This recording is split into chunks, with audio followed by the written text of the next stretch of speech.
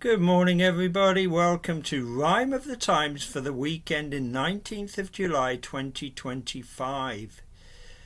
Greg takes a more conciliatory tack, but there's no way back after being sacked. Trump finally backs Ukraine against Russian attacks.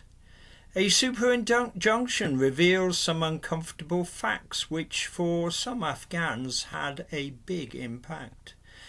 Starmer hits back at MPs who don't have his back. Two goons in a pact to have a famous tree hacked pay the price for their crackpot act. Greg Wallace thought he was just a cheeky chappy, but women of a certain age weren't very happy. Boundaries broken, poking fun and poking bums, innuendo spoken, but the women kept mum. A few whistleblowers sent his reputation south as the MasterChef left a bad taste in many mouths. The MasterChef production company then received 50 more complaints from women aggrieved.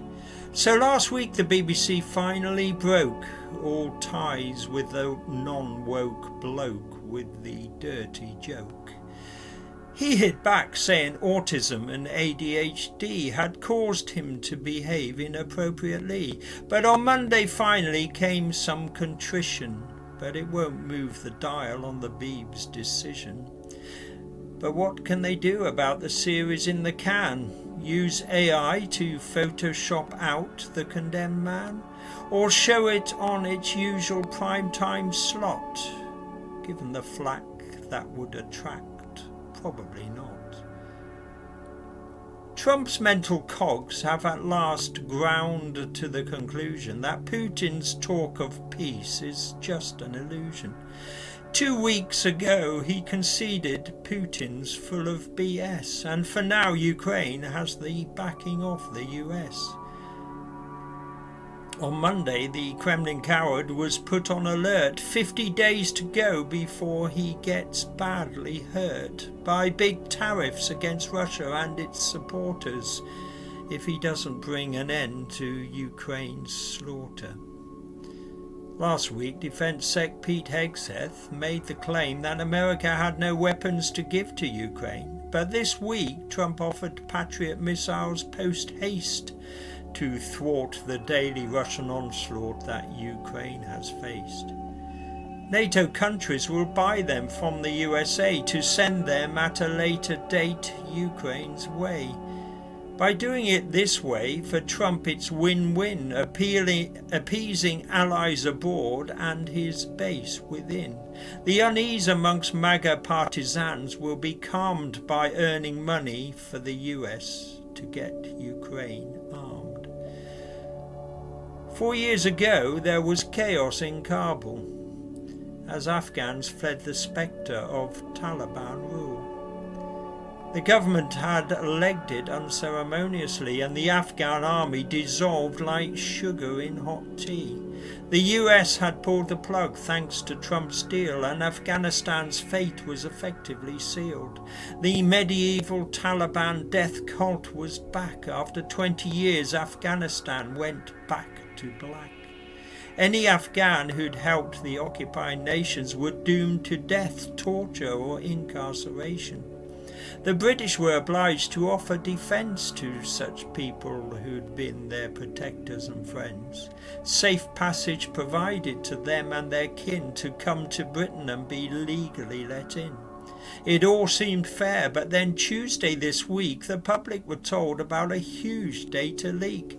Someone in UK Special Forces HQ in error sent an email in February 22 to people outside of the official team involved in the Afghan relocation scheme. It included the names of 19,000 Afghans who had helped British personnel against the Taliban, and on the spreadsheet attached to the email were sensitive personal and family details. Once the government knew, they felt no compunction about seeking from the court a super injunction. The court obliged with the action, which was quite unique, to suppress the existence and details of the leak. Now this week, with the super injunction lifted, the minutiae of the trail of carnage was sifted.